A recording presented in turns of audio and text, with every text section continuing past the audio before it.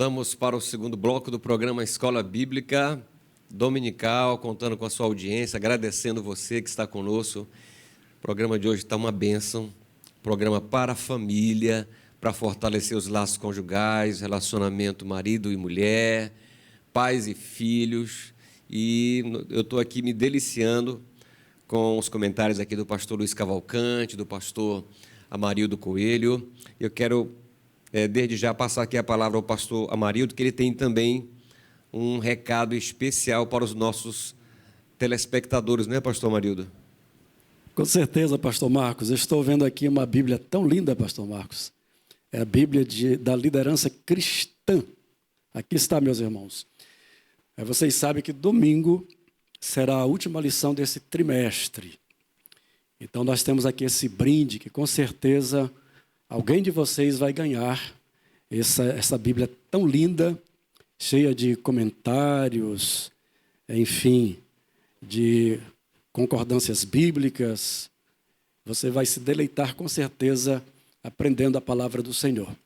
Você pode estar perguntando, pastor, o que eu faço para ganhar esta Bíblia? Você vai fazer o seguinte: durante a semana, você pode agora mesmo, que você está assistindo, você já tira uma foto, você, a sua família, assistindo o programa, você pode se virar para a televisão, tira o chamado selfie, não é isso? E você envia para nós, tá bom? Você tem um número aí, no televisor está passando, no monitor, e você deve então colocar o seu nome, colocar o nome da sua congregação e o nome do seu pastor. Quando for no próximo domingo, nós iremos então fazer aqui um sorteio, e aquele que for agraciado estará vindo aqui no estúdio, né, pastor Marcos? E estará recebendo então esta linda Bíblia Sagrada, Bíblia da Liderança Cristã. É uma doação da CPAD, que fica ali ao lado do Templo da Cidade Nova, em frente à Praça da Bíblia, tá bom? Participe. Quem sabe você vai ser abençoado com este brinde tão maravilhoso.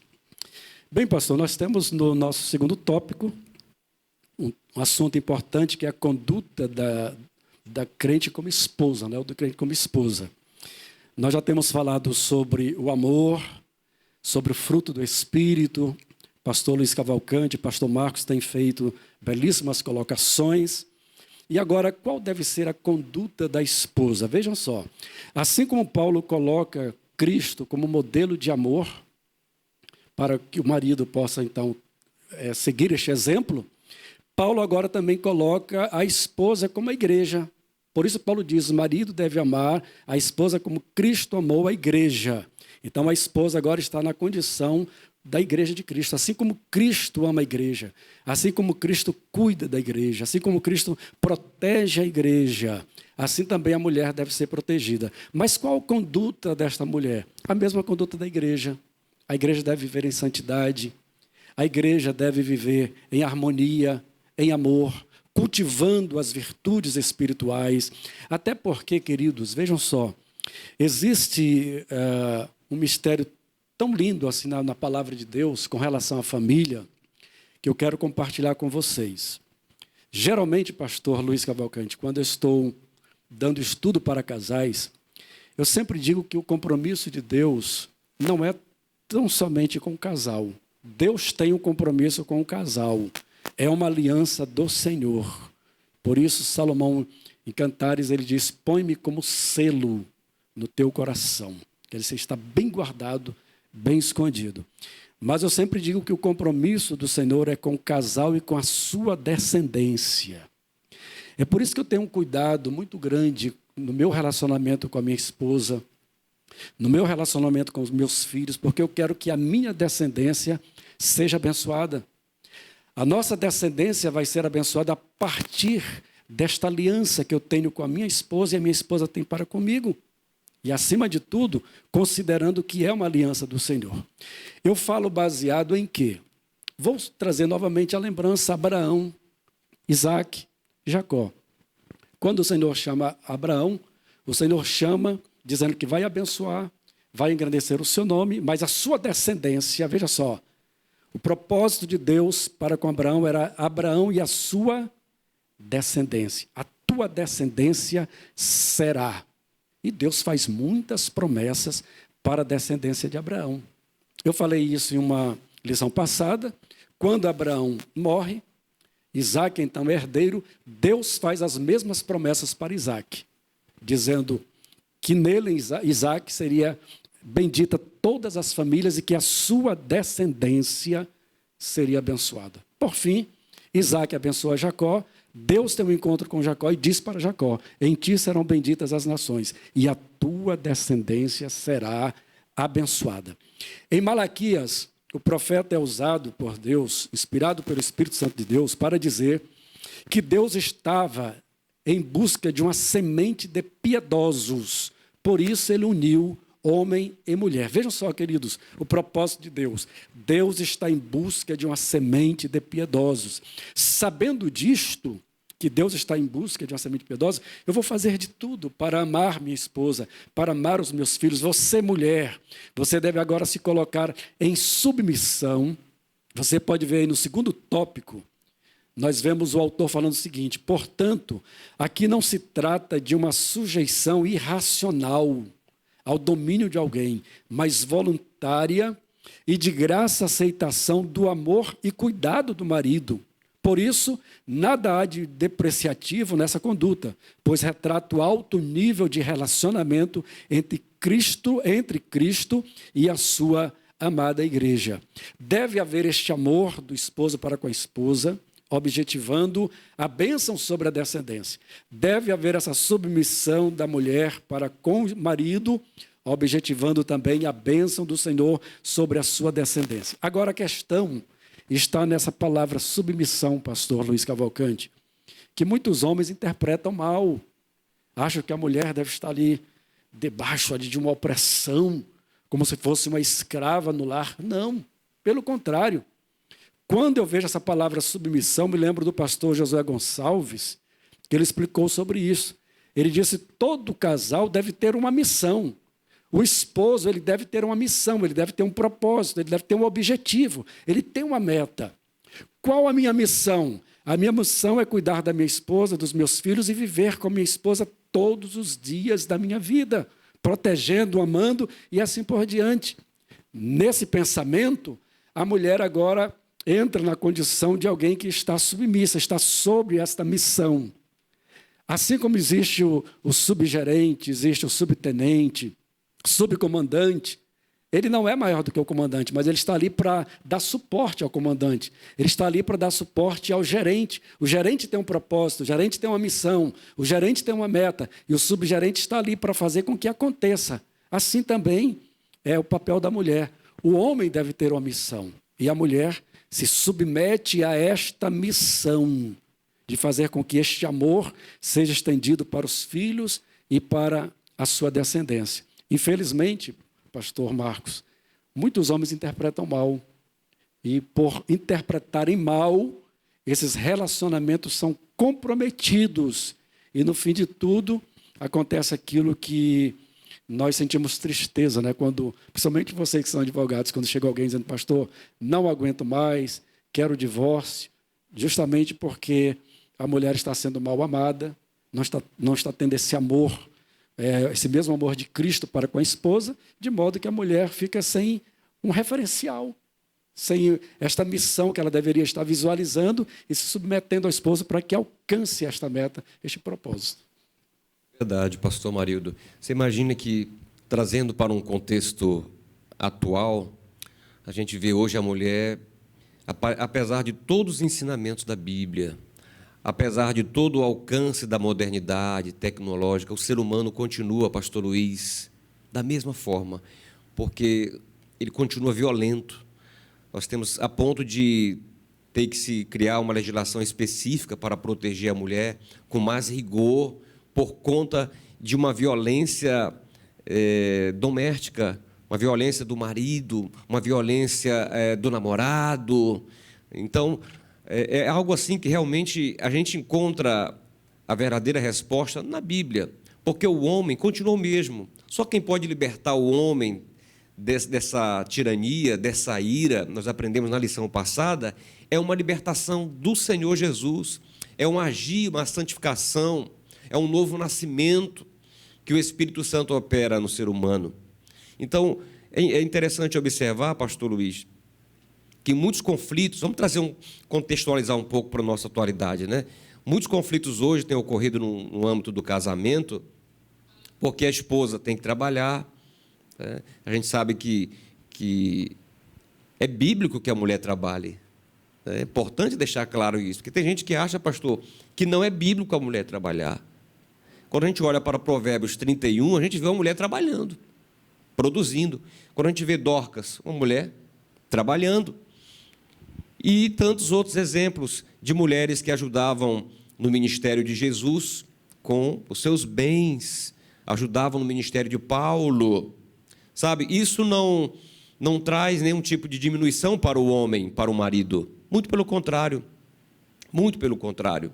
Ajuda.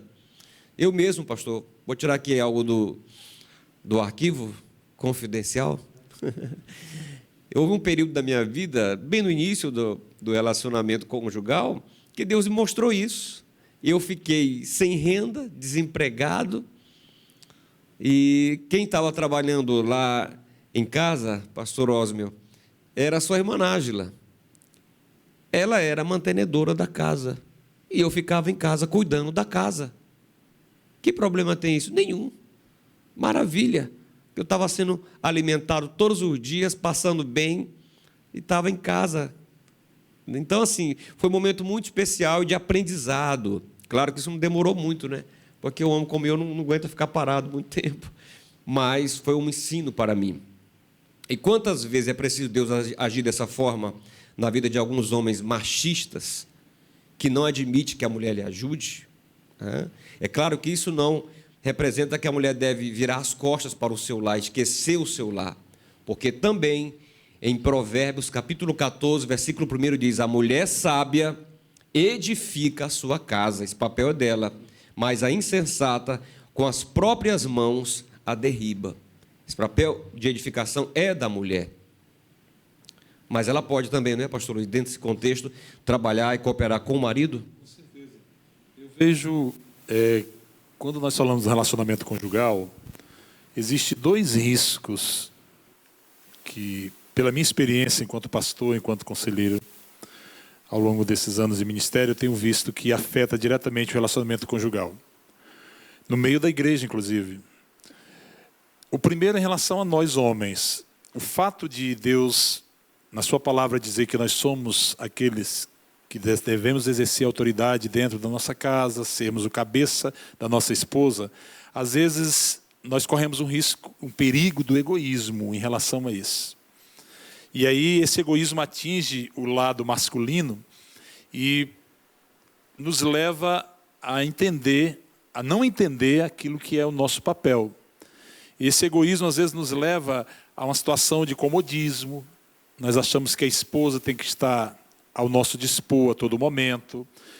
Às vezes, em razão do ativismo do nosso trabalho, nós vamos nos arrastando em hábitos que vão nos autoabsorvendo, nós vamos deixando de ter tempo e tempo de qualidade dentro da nossa família, porque nós simplesmente achamos, não, eu sou o cabeça e todos têm que ir lá em casa me obedecer, a minha esposa tem que me obedecer, os meus filhos, e isso vai fazendo com que a esposa, ela comece justamente a passar por essa experiência dessa falta de amor. A esposa, por vezes, ela vai realmente sendo destituída de alegria dentro da relação conjugal. Esse é um perigo em relação aos homens, do egoísmo, de nós. Do outro lado, há um perigo também da mulher, que é o perigo do orgulho. De dizer, não, eu vivo de uma forma independente, não preciso do meu marido, não preciso me submeter a ele. Eu hoje vivo na sociedade em que o discurso do empoderamento da mulher é presente lá no meu trabalho, onde eu estudo, na televisão, nas redes sociais, e eu vou me abraçar nesse discurso e, em nome disso, eu vou viver a minha vida. Então, de um lado, o perigo do egoísmo, do outro lado, o perigo do orgulho, do lado da mulher, que não permite que a mulher passe por essa experiência de submissão, que é um propósito, um projeto de Deus. É apropriado, é a orientação de Deus que a mulher se submeta ao seu esposo. E se Deus assim o quis, é porque esta é a melhor coisa para a mulher. é o melhor propósito para a mulher. Como foi bem falado, isso não significa submissão, não significa opressão, não significa diminuição, mas é a mulher dentro do seu papel, que tem um papel fundamental dentro do lar, enquanto administradora, enquanto educadora, enquanto companheira, adjuntora do esposo, cooperadora dentro do lar. Então, quando o casal, cada um cumpre o seu papel, definitivamente a vontade de Deus se faz presente, se materializa dentro da família, e o resultado disso é maravilhoso, não só para a família, mas para a igreja, para a sociedade. Algo interessante, quando em um momento de crise o senhor estava cuidando da casa, né? E eu pergunto, qual o problema do homem ajudar a mulher a varrer a casa? Eu penso que nesse momento as mulheres estão aplaudindo, viu, pastor? Qual o problema o homem ajudar a varrer a casa? Qual o problema o homem ajudar a lavar a louça? Vejam só, pastores, o homem trabalha, a mulher trabalha também. Mas quando chega em casa, ela sozinha vai cuidar da casa. Isso é cansativo. Meu irmão, você que nunca varreu a casa, você que nunca lavou a louça, tire um dia, faça uma experiência, tire um dia e passe o dia limpando a casa, lavando a louça e lavando as roupas. Você vai ver, no final de tudo, você está com dores. Pastor, por isso que diz, está escrito que a mulher foi feita do osso, né? Que o homem que foi feito do barro, quando chega no final de tudo isso, está doendo tudo. Doendo nos quadris, doendo nas pernas. Não é isso, pastor Marcos? Mas isso não tem nenhuma desvantagem, nenhum desmérito. Em hipótese alguma. O maior prazer que eu tenho, queridos, é de ajudar a minha esposa. Ela vai estar me assistindo e vai ver que eu estou falando a verdade. Eu estava saindo de casa, veja só, estou perante 2 homens de Deus. Estava saindo de casa, ela disse, eu vou arrumar a casa sozinha. Eu disse, se você aguardar, na hora que eu chegar, eu vou lhe ajudar. Ela, como é uma mulher compreensiva, ela disse, filho, eu sei o quanto é cansativo gravação. Eu disse, mas aguarde. Quando eu chegar, vou ter maior prazer em lhe ajudar. Querido, faça isso. Isso faz papel desse relacionamento. A nossa revista, no segundo subtópico do segundo tópico, diz o seguinte, a condição da mulher cristã. Na cultura judaica, a mulher ocupava posição secundária e era parte da propriedade de um homem. O pai, em geral, vendia as filhas, como vendeu para Jacó, tendo em troca 14 anos de trabalho, né, que ele trabalhou por Raquel. Também na sociedade grega, as mulheres eram tratadas como inferiores e as esposas eram escravizadas. Agora, no Evangelho de Cristo, as mulheres alcançaram posição de dignidade igual aos homens. Veja isso, atente para isto. Se você quer ter um bom relacionamento, se você quer que os seus filhos reproduzam tudo aquilo que eles vivenciaram, ajude a sua esposa, tá bom? Nesse momento aí que você está assistindo, quando terminar, pegue a vassoura, querido. Não é isso, pastor Marco? Pegue a vassoura, veja lá a pia como é que está. Ajude esta serva de Deus, tá bom? Ela vendo esse amor, porque o amor tem que ser manifestado através de algo. E é justamente, o senhor falou sobre isso, não é só a proteção física, mas é todo um cuidado. Claro, observando o que o pastor Luiz Cavalcante falou, a mulher também não pode, de repente, se deixar levar pelo orgulho e deixar o coitado sozinho. Não, ambos trabalhando para um bem comum. Aí terá sucesso. Maravilha, pastor. Tenho certeza que o pastor Amarildo juntou alguns gravetos aqui nesse momento. Ei, maravilha. Pastor Luiz Cavalcante, alguns anos atrás eu comprei um livro e li esse livro, e eu quero compartilhar a ideia desse escritor, o Gary Chapman. O livro é As 5 Linguagens do Amor. E nesse livro, o pastor Amarildo, ele diz que nós sempre vamos reproduzir aquela linguagem que nós aprendemos no berço, nós aprendemos no lar. Conforme a linguagem que nós vivenciamos no lar, e também aquilo que Deus nos deu de forma individual, nós vamos também reproduzir no nosso relacionamento, ou nos nossos relacionamentos, mas principalmente no conjugal. E ele, após muitos estudos, ele desenvolveu uma teoria que fala dessas 5 linguagens do amor. Esse livro é muito conhecido, 1 milhão de cópias em todo o mundo, aí nas livrarias do Brasil tem muito nos shoppings, nos aeroportos. E ele fala que o ser humano ele tem pelo menos as 5 linguagens. Você pode ter uma ou mais, mas você tem essas linguagens. Primeira linguagem, palavras de afirmação. São aquelas pessoas que o que mais toca a elas, a principal linguagem dela é receber uma palavra de afeto, de carinho. E aí ele vai falando, a segunda linguagem é o tempo de qualidade, o pastor Luiz falou. É quando você dedica tempo àquela pessoa, nossa, ela fica muito feliz, aquilo fortalece o relacionamento. Terceira linguagem, presentes. Principalmente as crianças têm essa linguagem, né? Dê um presente para uma criança, você vai falar a linguagem dela.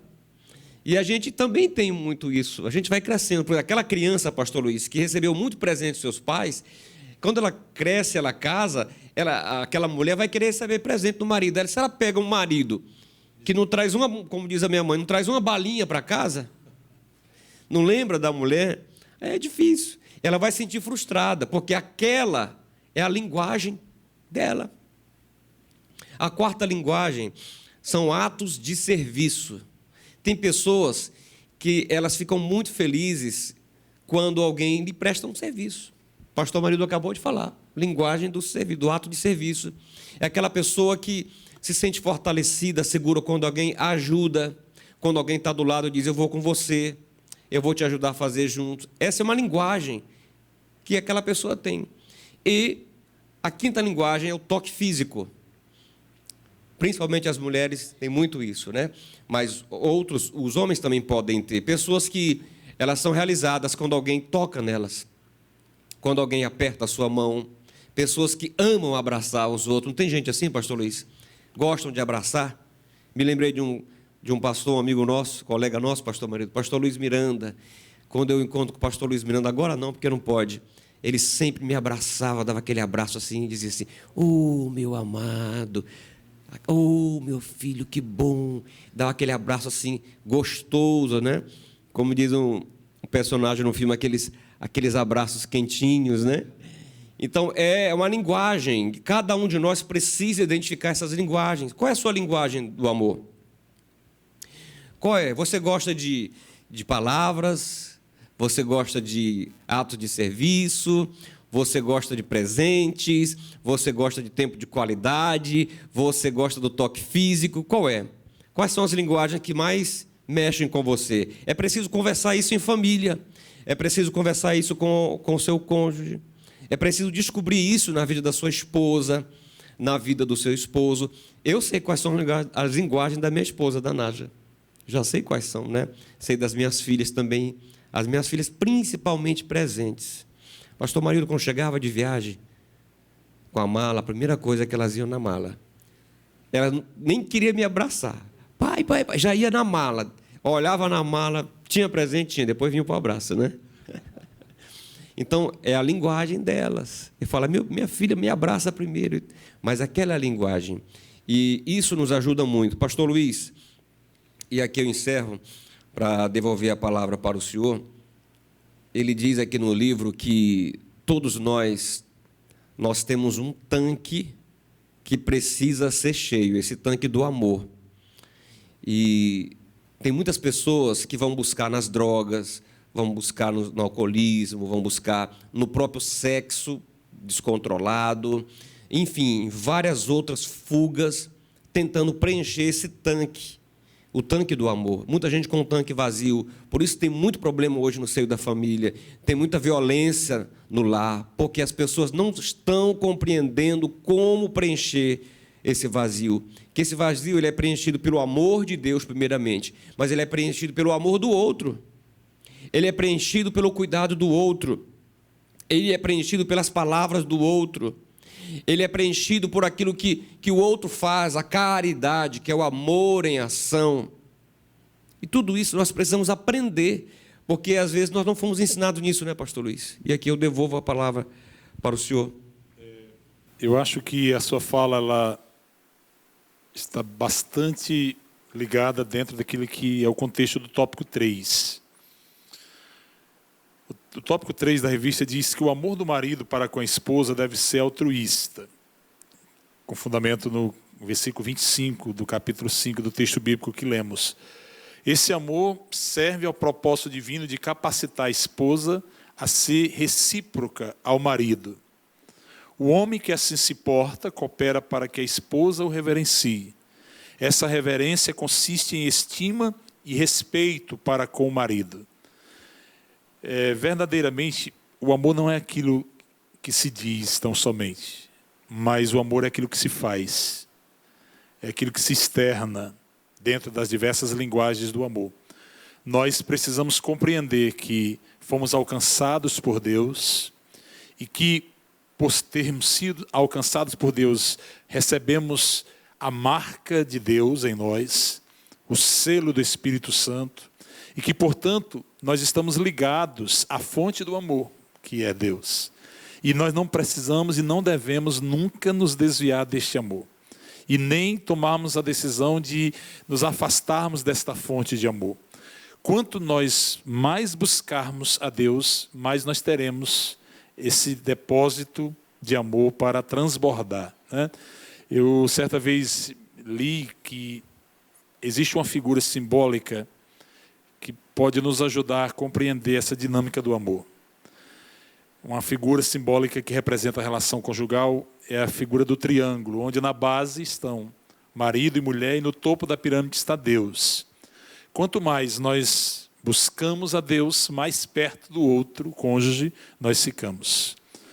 Os dois precisam buscar a Deus. Eu não sei, meu irmão, como está a sua experiência com Deus. Eu não sei como está a sua relação com Deus. Mas uma coisa eu lhe digo, em nome do Senhor Jesus: fortaleça a sua relação com Deus. Busque o amor de Deus para a sua vida, porque é o amor de Deus que vai lhe suprir nas suas deficiências. A graça de Deus é que vai suprir as suas deficiências para que você possa vivenciar essa relação conjugal, que é um propósito de Deus, seja enquanto marido, seja enquanto esposa. Distante de Deus, nada podemos. O próprio Jesus diz: sem mim, nada podereis fazer. Então, de repente o seu casamento está frio, está morno. Faça uma avaliação hoje, como está a sua relação com Deus? Porque eu tenho certeza que se a sua relação com Deus ela for fortalecida, todas as coisas, todas as experiências da qual você faz parte, elas também serão consequentemente fortalecidas. Esta é a palavra que eu trago para você na orientação de Deus. Maravilha. Meus irmãos, nós vamos para mais um intervalo e voltamos já já no terceiro e último bloco do nosso programa Escola Bíblica Dominical. Não saia daí, tá bom? Deus te abençoe.